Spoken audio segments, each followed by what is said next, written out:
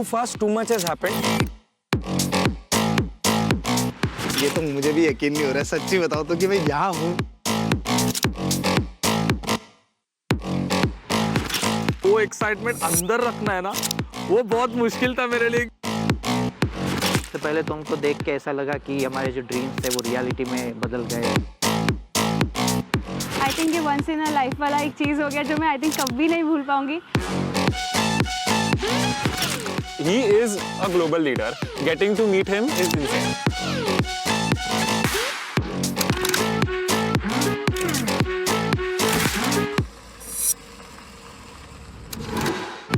But that moment जब बस वो आ रहे हैं,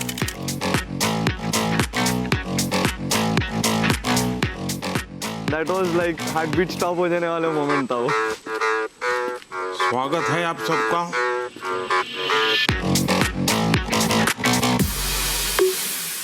Once he came and sat in front of us, I'm sure सब लोग wonder कर रहे थे, wait, is this same person जो हम टीवी पे देखते हैं? जब सामने बैठे थे तभी भी धक धक हो रहा था बहुत।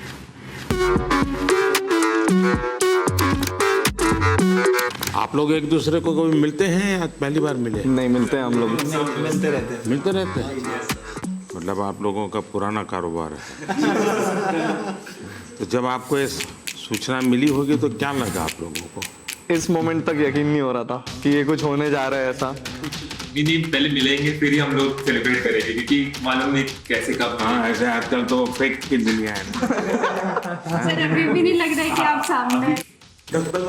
अच्छा, होने दीजिए। मेरे को यकीन नहीं हुआ पहली बात तो कि आपने बुलाया। तो सर एक बार लगा कि जो आपसे ये बात करने का मौका मिलेगा डेफिनेटली हम लोग फ्रंट फुट में आ जाएंगे, और हमारा जो सबका एक गोल है ना वो आज वैलिडेट हो गया सर। वो गेमिंग की जीत हो गई सर, आप बुलाए वो आज इंडस्ट्री जीत गई। जो थोड़े दिन पहले नेशनल क्रिएटर्स अवार्ड हुआ था, इवन उस टाइम को भी हमें यही लगा था कि फाइनली इतने सालों के बाद ऐसे लग रहा है कि क्रिएटर्स गवर्नमेंट इज रिकॉग्नाइजिंग हमारी क्रिएटिविटी।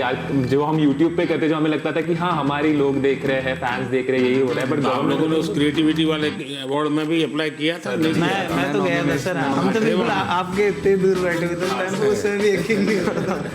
ना परिचय बता दीजिए पहले सबका। नमस्कार सर, मेरा नाम अनिमेश अग्रवाल है। मैं 28 साल का हूँ। मैं गुवाहाटी असम से हूँ। मैं बहुत ही यंग एज में पढ़ाई कर रहा था जब मैं सीए का। कोई यंग एज में पढ़ाई करता है? जी सर, वही मतलब कंपेयर टू कि अभी भी 28 साल का ही मैं खुद को यंग ही मानता हूँ, तो मैं और यंग की बात कर रहा हूँ। तो मैं सीए का पढ़ाई कर रहा था। मैं सीए फाइनल्स तक पहुंचा था और मैं सीएफए और एफआरएम की भी लेवल 1 दे चुका था। मैंने अपने माता पिता से 1 साल का ब्रेक मांगा था अपने पढ़ाई से गेमिंग की करियर को परस्यू करने के लिए। जब मैं 2018 में स्टार्ट किया, मैं सोच के घुसा था कि 1 साल मैं गेमिंग में पूरा दूंगा और कुछ बनने की कोशिश करूंगा। तो परिवार में क्या रिएक्शन आया?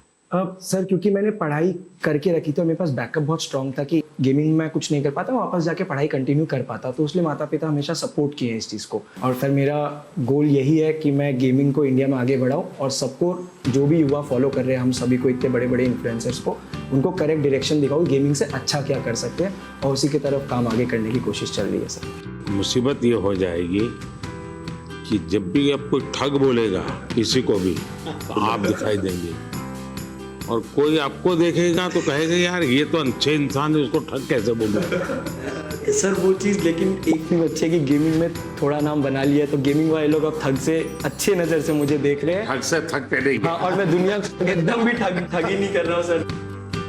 मेरा नाम अंशु बिष्ट है। वैसे मेरा गेमिंग नाम गेमर फ्लीट है सर। मैं आता हूँ हल्द्वानी, नैनीताल, उत्तराखंड से।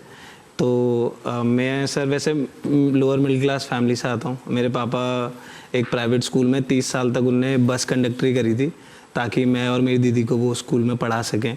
मैंने थोड़े ट्यूशन्स पढ़ाने स्टार्ट करे बच्चों को, 1-2 जॉब्स ले रही, फिर अपना खुद का कंप्यूटर बनाया एक। सर आर्थिक स्थिति इतनी अच्छी नहीं थी, तो उनका बनता है कि ऐसे सोचना कि आप समझ रहे हो ना कि आपका बच्चा बस कंप्यूटर में बैठ के चिल्ला रहा है दिन भर, क्योंकि सर थोड़ा होता है कि मतलब चिल्लाना इन द सेंस कि मतलब खुश होना, कि तभी लोग देखते तो खुश होते हैं ना कि अरे वाह इसको कितना मजा आ रहा है, तो उन्हें भी मजा आता है। यानी आपको एक्टिंग भी करनी पड़ती है थोड़ी बहुत, ताकि व्यूअरशिप बढ़े। तो हाँ सर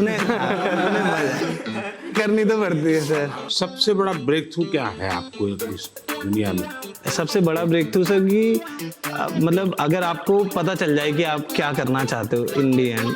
सर जैसा आपका है कि आप देश को आगे ले जाना चाहते हो, आप देश को एक स्तर पे ले जाना चाहते हो बहुत, तो वैसे ही मेरा भी था कि मतलब मैं भी कुछ ऐसा करूं कि दुनिया वाह वाही करे। मेरा नाम नमन माथुर है और लोग मुझे मॉर्टल के नाम से जानते हैं। मैं पला बड़ा मुंबई में ही हूँ, नवी मुंबई में। और जब मैं 4 साल का था मेरे पापा गुजर गए थे।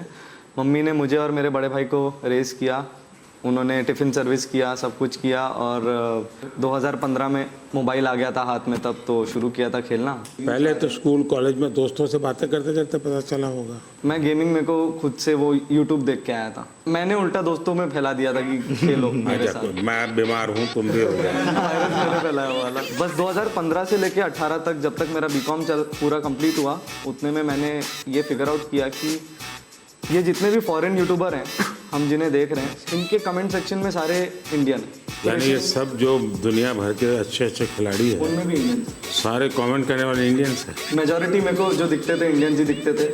और मैंने सोचा कि क्यों ना मैं एक ऐसा कोई वीडियो बनाऊं उनसे इंस्पिरेशन लेके और अपलोड करूं। और मैंने वो वीडियो 2018 में अपलोड किया और वो इंस्टेंटली वही वीडियो जो उस सोच से बना था वायरल हो गया। उसके बाद मैंने ई स्पोर्ट्स में रिप्रेजेंट किया इंडिया को। अनिमेश से मिला 2018 में मैं, हम लोगों ने कंपनी भी शुरू की अपनी SATUL। इमॉर्टल नाम कैसे रख लिया? भारत में तो लोग इमॉर्टल की बात करते हैं। लोग सब जगह मैं देख रहा हूँ इमॉर्टल नाम रख रहे हैं, तो मैंने बस अच्छा कुछ नया कर लिया, इमॉर्टल कर दिया उसको। मेरा नाम पायल धारे है, सब लोग पायल गेमिंग के नाम से जानते हैं। मैंने इन सब के बाद स्टार्ट किया है एंड मैंने सोचा नहीं था कि मैं इंडिया की लीडिंग फीमेल क्रिएटर बनूंगी। मैं बहुत ही छोटे गांव से हूँ।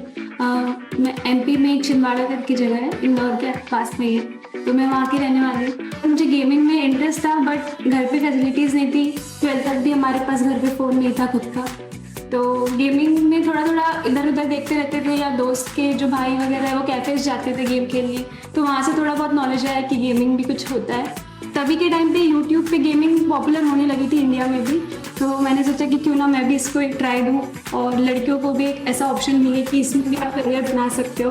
लड़कियों का इसमें आना कितना संभावनाएं बढ़ती हैं। फिर सबसे बड़ी चीज़ यही है कि पेरेंट्स बहुत घबराते हैं कि बाहर जाके काम ना करें, एंड कई फैमिली में थोड़े रिस्ट्रिक्शंस भी होते हैं कि बच्चियों को मौका नहीं दिया जाता, तो उनके लिए ये बहुत ही अच्छा स्टेबल करियर ऑप्शन है। एंड जब मैंने शुरू किया था तो मेरे पास भी 100-200 ऐसे लड़कियों के मैसेज आते हैं कि हमने आपको देख के स्टार्ट किया, तो सब थोड़ा घबरा रही हूँ मैं। थोड़ी छांट लीजिए फिर बात करते हैं।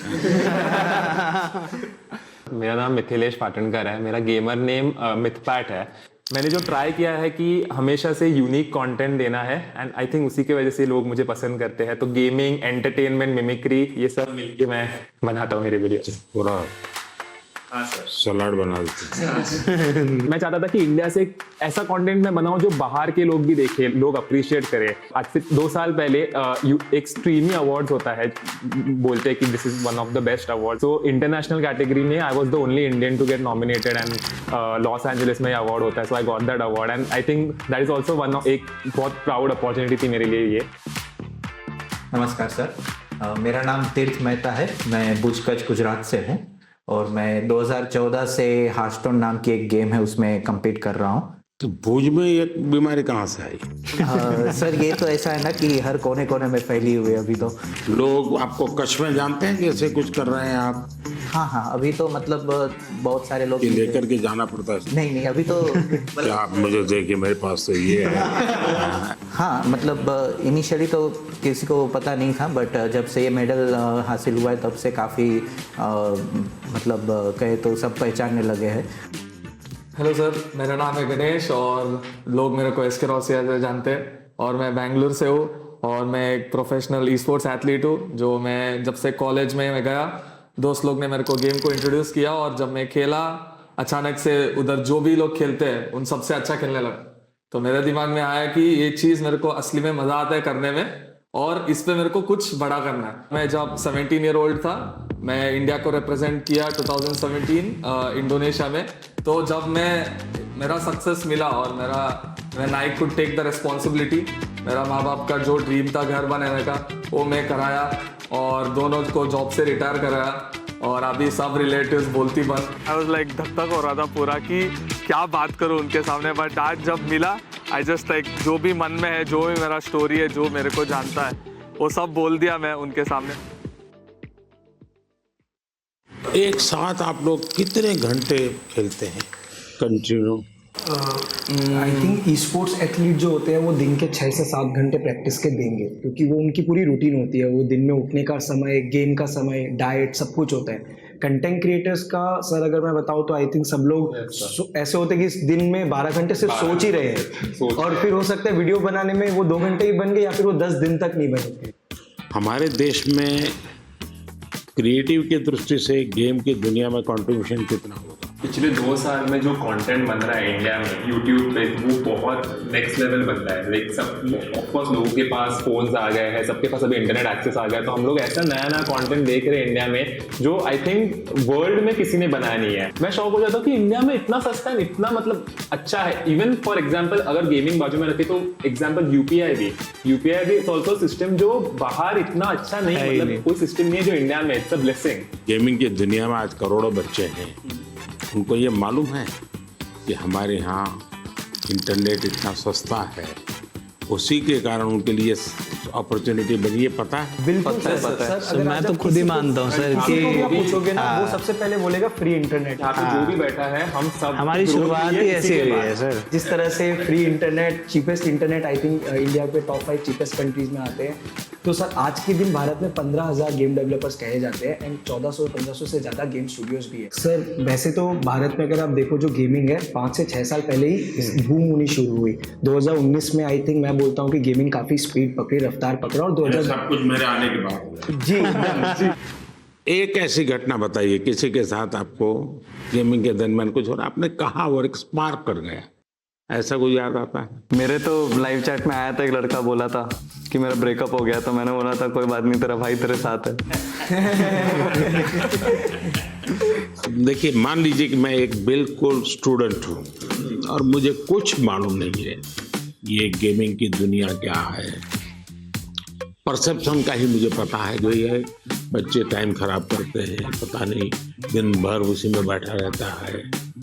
मुझे याद है मैं परीक्षा पे चर्चा कर रहा था, तो मैंने ऐसे कहा कि ये कुछ बच्चे ने मुझे उलट पुलट पूछा, मैंने कहा तो ये पबजी वाला बच्चा है, ये पबजी वाला है क्या? वो तो मोमेंट था सर, जब आपने ये पबजी वाला है बोला था, तो मैं उस समय पबजी में ही रिप्रेजेंट कर रहा था इंडिया को, और मेरे रिलेटिव्स तब मेरे को ऐसे मम्मी को कॉल करके बोल रहे थे कि ये नमन को बोला था क्या? तब मैं इतने उस रिप्रेजेंट कर रहा था, तो वो सबको पता था, तो कहीं आपने मुझे तो नहीं बोला, ये डाउट आ गया सबको। ये एक ऐसा क्षेत्र है जो अननोन है। ऐसी स्थिति में क्या आप लोगों को क्या अनुभव आता है जब बच्चों से बात करते हो, उनके परिवार से बात करते हो? कोई तो माँ बाप ये थे कि तुम बंद करो, मेरे बच्चे को बिगाड़ रहे हो। ये तो सर अगर पेरेंट्स मिलते हैं हमें, पेरेंट्स यही बोलते हैं कि हमारे बच्चों को बोलो कि पढ़ाई करे, सिर्फ आपके वीडियोस देखते रहते हैं। तो मैं अच्छा, फिर वो काम भी आप ही को कहते हैं। बहुत बार न्यूज में देखा है कि पेरेंट्स का क्रेडिट कार्ड यूज करके बच्चों ने गेम्स में इन गेम पैसे होते हैं वो लिए, एंड वो चीज बहुत बड़ी न्यूज हो जाती है। उससे क्या होता है कि फिर हमें भी अफेक्ट हो जाता है उससे। राइट नाउ मेरा एक ही गोल है कि अगर किसी बच्चे को भी ई स्पोर्ट्स एथलीट बनना है या बहुत स्किल लेवल पे, टॉप लेवल पे खेलना है, उनको मैं कैसे गाइड करूं, उनका पेरेंट्स को मैं कैसे गाइड करूं, बिकॉज ये अवेयरनेस बहुत कम लोग के पास है। घर में ऐसा लगता है कि जैसे स्पोर्ट्स एक एक्टिविटी जरूरी है, या डांसिंग सीखना माँ बाप चाहते हैं कि बच्चे को आना चाहिए, क्योंकि वो भी एक व्यक्तित्व के विकास का एक हिस्सा है। लेकिन ऐसी चीजों को प्रतिष्ठा मिलने में सदियों की एक पुरुषार्थ रहा है। अगर देखी जाए हमारा देश स्पोर्ट्स में हमेशा बहुत आगे रहा। आज के दिन भारत का one of the most popular sport cricket है, पर अगर 1983 वाली वर्ल्ड कप नहीं जीती तो मे बी सब लोग उतना क्रिकेट में नहीं जाते, और अगर मे बी देश में एक सचिन तेंदुलकर जैसे बड़े नाम नहीं आते तो सब लोग वो बनना नहीं चाहते।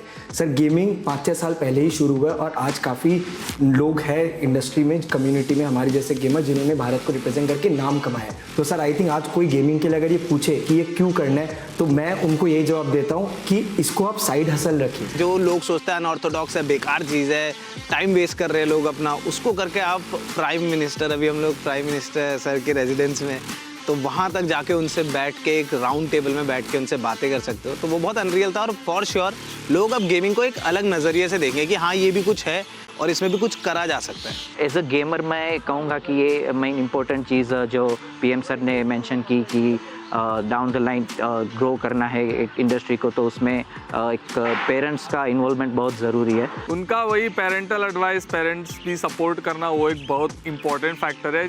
आपकी दृष्टि से मुझे बताने जैसी कोई चीज आपको लगती है, यार आपको कुछ मन में प्रश्न है, तो आप क्या कोई रेगुलेटरी बॉडी हो सकती है? रेगुलेट शब्द ठीक नहीं होगा, वरना सरकार का स्वभाव होता है हर चीज में हाथ डालना। सरकार का मूल नेचर ये है। अब दो चीजें होती है कि या तो आप उनको दबाने की कोशिश करो, या तो कानूनी सारे बंधन लगा करके उनको अलग करो।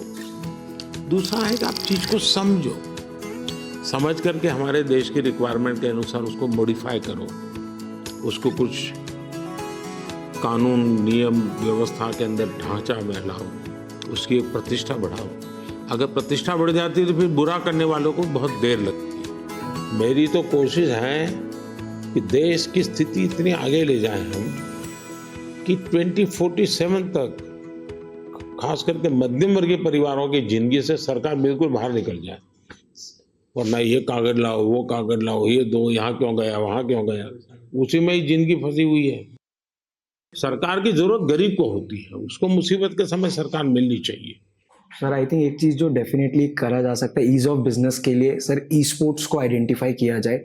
ई स्पोर्ट्स को बहुत टेक्निकली जैसे स्पोर्ट्स आइडेंटिफाई हुआ है, एक अलग से आइडेंटिफाई हो जाए कि स्किल बेस्ड गेमिंग है, इसमें कोई पैसों का गेम में पैसे लगा के पैसे जीतने वाला खेल नहीं है। सर अगर वो आइडेंटिफाई हो जाती है और सबको पता चल जाता है ये across all government bodies and all bodies जिनके साथ हमें फाइनेंशियल ट्रांजेक्शन भी करना पड़ता है, वो बहुत महत्वपूर्ण होगा। रेगुलेटरी बॉडी जैसा कि आपने कहा कि बंदिश वाली अभी इंडस्ट्री बनी नहीं है क्योंकि अभी बढ़ रही है, तो खुले में बढ़ने देंगे, पर साथ में अगर पुश मिलेगा तो कुछ साल बाद आई थिंक इंडस्ट्री रेडी रहेगी कि सरकार आके उसमें नहीं, इसको कोई बंदिश की जरूरत नहीं, खुले में ही जाना चाहिए, तभी जाकर के ये फले फूलेगा। अगर बंदिश आएगी तो नहीं होगा। क्या आपको ये फेस करना पड़ता है गेमिंग एंड गैम्बलिंग, इन दोनों की लड़ाई आपके सामने आती होगी, तब आप कैसे हैंडल करते हैं? मतलब वो ऐसा समझते हैं कि हम जो फर्स्ट टाइम मानते होंगे, फर्स्ट टाइम मानते हाँ हाँ, जैसे हम मतलब गेम्स खेलते हैं वो काफ़ी अलग रहती है, बट वो ऐसे समझते हैं अच्छा ये तो हम जैसे लूडो खेलते हैं वैसी कोई गेम हो गई, बट वैसा नहीं है। वो हम कह सकते हैं कि चेस जैसी एक कॉम्प्लेक्स गेम्स हम मोस्टली खेलते हैं, इसमें बहुत सी मेंटल स्किल्स भी चाहिए रहती है, फिजिकल स्किल्स भी चाहिए रहती है। सर आरएनजी और स्किल बेस्ड गेम को बहुत हाई लेवल पे डिफरेंशिएट करें। सर आज भारत के एथलीट्स जाके ओलंपिक्स में प्रपोज है, एशियन गेम्स, कॉमनवेल्थ गेम्स में प्रपोज है। आप लोग एक काम कीजिए, ये जो क्या समस्या है आपकी, मुझे कभी मेल कर दीजिए मेरे ऑफिस में, एग्जैक्टली क्या प्रॉब्लम फेस करते हैं आप। इधर लाइक पेरेंट्स को जब उनके बच्चे लोग बोलते हैं कि गेमर बनना है, पेरेंट्स लोग को समझ में नहीं आता कि एक्चुअल गेमर क्या होता है, क्या करता है गेमिंग, मतलब गेमिंग गैम्बलिंग भी समझ जाते हैं। तो उस रिगार्डिंग मोदी जी बहुत अच्छा एक्सप्लेनेशन किया कि गेमिंग अलग होता है, गैम्बलिंग भी अलग होता है, और हमने भी बहुत सारी चीज़ें एक्सप्लेन किया। अब इतने सारी मात्रा में बच्चे जुड़ चुके हैं, उनको आप रोक नहीं सकते, तो उनको आप सही रास्ते पर ले जा सकते हो। वो सही रास्ते पर ले जाना है तो आपको लगता है डूज एंड डोंट्स, पढ़ाई करो, ये तो ठीक है, हम कह दिए तो पढ़ाई करो, और क्या क्या बातें आप सोचते हैं कि जिसको उसको केयर करना चाहिए? बच्चे बिल्कुल चाहते हैं कि यही करे, तो हम लोग सर, मैं तो हमेशा अपनी स्ट्रीम पे क्लियर बोलता हूँ, कोई भी आके बोले कि भैया मुझे भी आपके जैसा बनना है, तो मैं तो साफ बोलता हूँ भाई अगर तुम्हें मेरे जैसा बनना है तो जैसे मैं चला वैसे चलो। मैंने कॉलेज किया, कॉलेज के साथ किया, मैंने जॉब करी, मैंने जॉब के साथ किया, जब तक नहीं चला मैंने ऐसा नहीं करा कि सब दुनियादारी छोड़ के मैं बस लगे रहा कि नहीं यही काम करेगा, यही काम करेगा। आज के टाइम पे गेमिंग एंड स्पोर्ट्स मतलब उसमें दो कैटेगरी आती है। जैसे ई स्पोर्ट्स में आप कम्पीट करते हो, और कंटेंट क्रिएशन में ऐसा है कि हम गेम के अराउंड वीडियोस बना रहे हैं, उसमें 4 दोस्त मिलके कुछ फन कर रहे हैं, तो वो लोग देखना पसंद करते हैं लाइव स्ट्रीम में। जो मैं समझ रहा हूँ आपकी बातों से 3 स्टेज है। एक तो है जो गेम खेलने के लिए आने वाला खिलाड़ी, दूसरे वो लोग हैं जरा क्रिएटिव माइंड के हैं, तो उस गेम उसका लाइव स्क्रीनिंग ये वगैरह करके के बाद में छोटा सा वीडियो बनाना, इसमें थोड़ा रंग भर देना वो, और तीसरा जो महत्वपूर्ण है कि गेम इटसेल्फ बनाना। कैसी हमारी जो गेम्स है जो बनी है अब तक जो आई है उसकी क्या?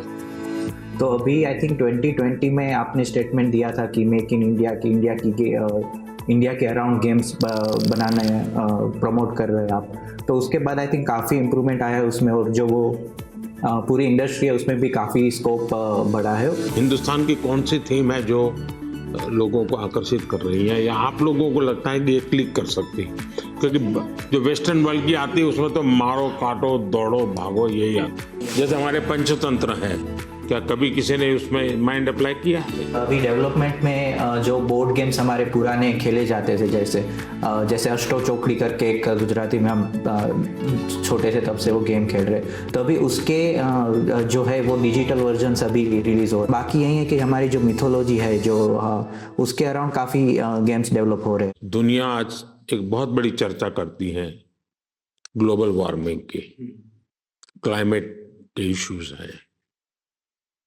दुनिया में अलग अलग तरीके अपनाए हैं। मैंने दुनिया के सामने अलग विषय रखा है। मैंने कहा है मिशन लाइफ, और लाइफ शब्द से मेरा मतलब है लाइफस्टाइल फॉर एनवायरनमेंट। अगर मान लीजिए मैं एक ऐसी गेम बनाऊं जो क्लाइमेट की चैलेंज को कैसे हम मिट करेंगे, कौन से रास्ते होंगे, किस किस रास्ते से जाएंगे, किस रास्ते से ज़्यादा सफलता मिलेगी, सरलता मिलेगी। जैसे हम लोग स्वच्छता के विषय को लेकर के ही गेम बने और हर बच्चा खेले। भारत के जो वैल्यूज़ हैं वो नई पीढ़ी उसको जीना सीखे, उसका महत्व समझे और उसको बैकग्राउंड इंफॉर्मेशन मिले। जैसे हम सभी को गेमिंग इन्फ्लुएंसर्स कहा जाता है, वैसे ही आप इंडिया के सबसे बड़े इन्फ्लुएंसर हैं जिसकी बात सब सुन के मानते भी है। जब आपकी ये बात बाहर आएगी तो मुझे लगता है 100% लोग इस वे में सोचेंगे। सर यहाँ पे जो आप कह रहे हो ना, वैसे एक कैटेगरी है, जैसे शूटिंग गेम्स हो गए, वैसे एक कैटेगरी है गेम्स फॉर चेंज करके, जिसमें जैसे आपने जो ग्लोबल प्रॉब्लम्स बताया, या फिर ऐसे छोटे छोटे जैसे अफ्रीका में ऐसी बहुत सी कंट्रीज है जो स्पेसिफिकली वहाँ की पॉवर्टीज कम करने के लिए या वहाँ के कोई जो लोकल इश्यूज है उसको अवेयरनेस उसके लिए बढ़ाने के लिए ऐसी गेम्स स्पेसिफिकली स्टूडियोज बनाते हैं। तो आई थिंक ऐसे गेम्स इंडियन स्टूडियोज भी कैचअप कर सकते हैं। मुझे विश्वास है कि डाउन द लाइन 2-3 साल में तो ऐसे गेम्स आएंगे भी और वो आगे जाके पॉपुलर भी होंगे, जो कहेंगे हम कि सिर्फ इंडिया के भी नहीं बट ग्लोबल प्रॉब्लम्स को भी एड्रेस करेंगे। मुझे उनकी एक बात जो बहुत अच्छी लगी एंड शायद मैं भी उस चीज़ को बहुत ज़्यादा कैरी फॉरवर्ड करूँ, अपने ऑडियंस तक भी पहुँचाऊँ, वो ये रहेगा कि आप गेम डेवलपमेंट में घुसो, थोड़े से ऐसे गेम्स डेवलप करो जो हमारे कल्चर या इंडिया कैसे चलता है या हमारा क्लाइमेट या व्हाटएवर ज्योग्राफी, इन सब चीज़ों को देखकर ऐसे गेम्स बनाओ एंड उन चीज़ को हम लोग पुश करने की पूरी कोशिश करेंगे। तो I guess this is something that I would take from him. उन्होंने जो इन्वायरमेंट के लिए चीज़ें बताई कि जो गेम डेवलपर्स हैं उनको इन्वायरमेंट पे फोकस करके इंडिया की ऐसी गेम बनाना चाहिए जिसमें इन्वायरमेंट और हमारी जो क्लीननेस है उसकी तरफ ध्यान देने के लिए, आई थिंक वो मुझे बहुत ही अच्छा लगा। क्या ओपन सोर्स गेम का होता है कि गेम है उसमें 2 चैप्टर किसी और ने जोड़ दिए, 2 स्टेप्स किसी और ने जोड़ दिए, क्योंकि आप जो कहते हैं ना जिसकी उम्र कम होती है, हाँ, उसको जो मॉर्टल है उसको इमॉर्टल बनाना है तो फिर हमें ओपन सोर्स करे और उसमें नई नई चीज़ों को जोड़ने के लिए उसको ओपन करे।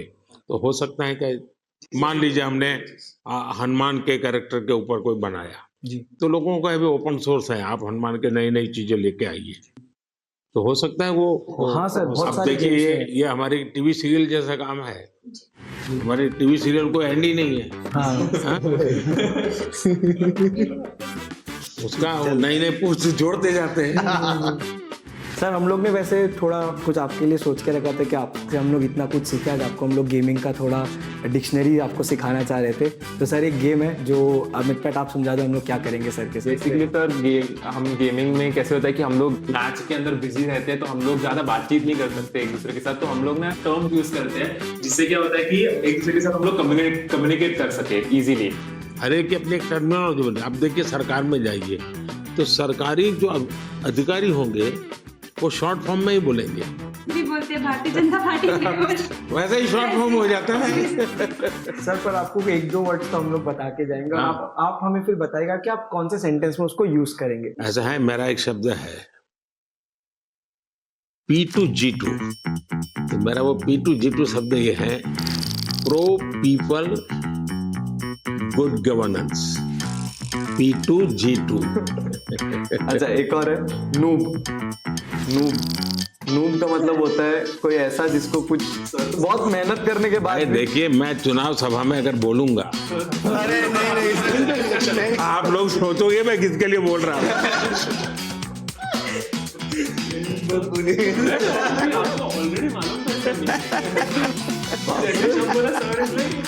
समझ गया। अगर मैं बोल दूंगा तो आप तो लोग कि उसके लिए बोला है। ग्राइंड करके एक वर्ड होता है, तो ये तो खैर आप गेम में भी इस्तेमाल कर सकते हो, आप कहीं भी इस्तेमाल कर सकते हो। ग्राइंड मतलब सर मेहनत करना हो गया बेसिकली। जैसे अगर मैं माइनक्राफ्ट खेलता हूँ तो मुझे उसमें एक एक चीज सीखने के लिए ग्राइंड करना पड़ता। तपना सर, तपना, हिंदी में आसान भाषा में तपना। और दूसरा है सर GT है, गोट टू है। मतलब हम जनरली कोई भी गेमिंग सेशन एंड करते हैं तो दोस्तों को कहते हैं कि अभी मैं क्लोज कर रहा हूँ, जाना है, तो हम टाइप करते हैं GT। चलो निकल AFK करके, AFK मतलब अवे फ्रॉम कीबोर्ड, यानी कि आप गेम खेल रहे हो, 4 लोग एक टीम में एक साथ खेल रहे हैं, अचानक से मम्मी ने बुला दिया कि खाना रेडी हो गया, तो वो फोन इधर ऐसे छोड़ के जाएंगे तो वो मतलब गेम में हार जाएंगे। तो टीम मेंबर्स आके हमें, अगर हम चाहते हैं कि टीम मेंबर्स को समझे कि सुनो मैं जा रहा हूँ लेकिन मेरी जगह तुम लोग लो, तो हम लोग AFK लिखते हैं, अवे फ्रॉम कीबोर्ड। मतलब मैं नहीं हूँ पर तुम लोग संभाल लो। यानी एक दूसरे को कह कर के जाते हैं, इतनी डिसिप्लिन फॉलो करते हैं। और सर सबसे बड़ी चीज, आपको कूलेस्ट PM कहा जाता है हमारी साइड में। अगर कि सबसे कूल अगर कोई है तो वो हमारे PM है। एंड आप जैसे मतलब हमारी और आपकी उम्र में काफी डिफरेंस है, लेकिन फिर भी एक नहीं, आपने किसने बताई ये मीडिया में सब आता है, वो सच मत मानो। हाँ मतलब सर आप भी जेंजी है हमारे। हाँ, मैं कलर करके बाल वाइट रखता हूँ ताकि जहाँ लोगों को लगे कि मैं मैच्योर हूँ। आपने एक, मुझे याद है, मुझे बहुत बार गई थी यूट्यूब फैन फेस्ट में, आपने जब सर सिंपल चीज वही लाइक शेयर सब्सक्राइब, सब लोग पागल हो गए। आप लोग को कूलेस्ट PM को गेमर टैग देना चाहिए। हम लोग सब गेमर्स के नाम है, सर का कोई नाम नहीं है। नाम इंडिया ने मुझे बहुत पहले से नाम दे के रखा है, नमो। तो वो लोग क्या कहते हैं, नमो OP in the chat. Sir OP is Overpowered। और आपको सबसे ज्यादा ही overpowered। सबसे ज्यादा पावर। सर अभी कुछ आपके साथ गेम्स चलिए। बहुत एक्साइटेड है आपको गेमिंग सिखाने के लिए। आपको ये पहनाता हूँ। करके मैं हाँ, लूज, फुल लूज। सिर्फ हाथ मूव करना है। हाँ। आगे पीछे हाथ। जोर से मारिए, जोर से मारिए, हाँ मारिए। मतलब फर्स्ट गो में जिस हिसाब से उन्होंने किया, वी वर माइंड ब्लोन। के सब गेमर आज खुश हो गए हैं। वाओ, कैसा था आपका अनुभव ये खेल के? अच्छा ही है, लेकिन जब आप इतनी जल्दी अडैप्ट भी कर लिया, एक्सपेक्ट नहीं किया था मैंने। आप लोगों से ट्रेनिंग लिया। ये देखिए राइट नीचे आना है ना। किसी को नहीं मिल सकता, उतना मुश्किल है मिलना। जो मौका हमको मिला तो this will be the best moment of my life where we played games. आप अंदर चले जाइए यहाँ से। देखिए अब यहाँ पे आ गए आप, स्पीड भी बढ़ चुकी है अब। मैं बहुत खुश हूँ क्योंकि ये एक इंडियन गेम है, फर्स्ट टाइम मतलब सर खेल रहे हैं। माधुर का जी, क्या बात है, पहुंच गए। गेम इतनी ही है कि नहीं, गेम तो बहुत बड़ा है। इनको मिलेगा एक त्रिशूल मिलता है यहाँ पर, तो वो त्रिशूल लेके फिर उनको आगे बढ़ना होता है। ये देखिए ये त्रिशूल है यहाँ पे, तो जैसे ये इन्होंने ई दबाएंगे तो इनको ये त्रिशूल मिल जाएगा। अब इनको पहला हथियार अपना वेपन मिल चुका है। अब ये लेके वो आगे लॉर्ड विष्णु एंड माँ दुर्गा के गाइडेंस से अपने भाई को बचाएंगे। ये पूरे गेम का शुरुआत और पहलू है। एक बात तो है, हम लोग इतने टाइम से इंस्पायर कर रहे हैं लोगों को गेमिंग करने के लिए। आज आपने हमारे जितना इंस्पायर एक दिन में कर दिया। यानी आप लोगों का कितना समय जाता होगा इसमें देखता हूँ। सर आपको कैसा लगा आज गेमर्स से बात करके? मैं अभी नया हूँ इस दुनिया में, तो मैं बहुत सोचूंगा इस पर। युवा पीढ़ी का भला भी हो जी, और इसका एक पॉजिटिव क्रिएटिव उपयोग कैसे हो। मुझे ऐसे, मैं चाहता हूँ हमारे लोग इसमें आगे जाए और हम दुनिया में चीजों को लेके जाएं। सो सर अभी हम लोग स्टम्बल गाइस करके गेम खेल रहे हैं। तो कोड है, रूम कोड है सबका 982 981। Okay, join everyone, join. ऐसे इस गेम में कैरेक्टर्स होते हैं जिनको आगे आगे जाना होता है, रेस होती है, ऑब्स्टैकल्स होते हैं। आपके कैरेक्टर का नाम नमो है। ये जॉयस्टिक है। हाँ, ये सर आपका कैरेक्टर है और ये जंप बटन है। मैं पूरा दिमाग खपाऊंगा जरा। अगर आप इसको ऐसे फिंगर रख के मुंह ऊपर की तरफ करोगे तो आगे की तरफ मैं आगे जाता हूँ। सर आप तो इसको आप यहाँ पे सर हाथ रखिए और इसको टच स्क्रीन के जैसे ऊपर ऊपर की तरफ कीजिए। चलिए सर, चलिए चलिए चलिए। अच्छा, इधर जंप करना है, जैसे ही नीचे जाएगा राइट वाला बटन दबाना है आपको। चलो कोई बात नहीं, बहुत बढ़िया, बट बहुत मजा आया, बहुत मजा आया। गाइस सर से सक्सेसफुली हमने मोबाइल गेम खिलवा स्पीक इन इंडिया। भगवान करे मुझे इसकी आदत ना लगे। सबके साथ सर, ये तो बनता है। हम लोग कुछ चीजें लाए थे आपसे साइन कराने के लिए जो हमारे गेमिंग से जुड़े। आप 2 मिनट विराजमान हो जाते तो टेबल पे। For sure, NaMo OP. आप लोग एक काम शुरू कीजिए, हर एक को कहिए कि खुद की सिग्नेचर अपनी मातृभाषा में करें। लोग अब गेमिंग को एक अलग नजरिए से देखें कि हाँ ये भी कुछ है और इसमें भी कुछ करा जा सकता है। ये पहना दीजिएगा। अच्छा, इसको पहनोगे? शाबाश। Thank you sir, thank you.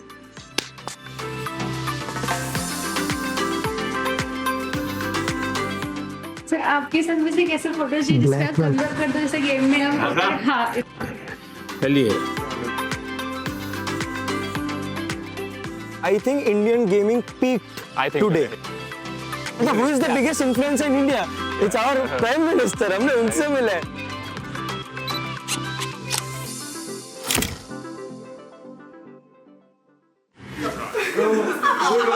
Good one. यकीन नहीं हो रहा ना। Good stuff.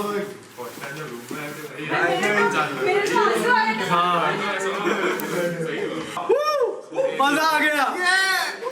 हम लोग अभी मम्मी पापा तुम्हारा बेटा मोदी जी के साथ मिल गया है।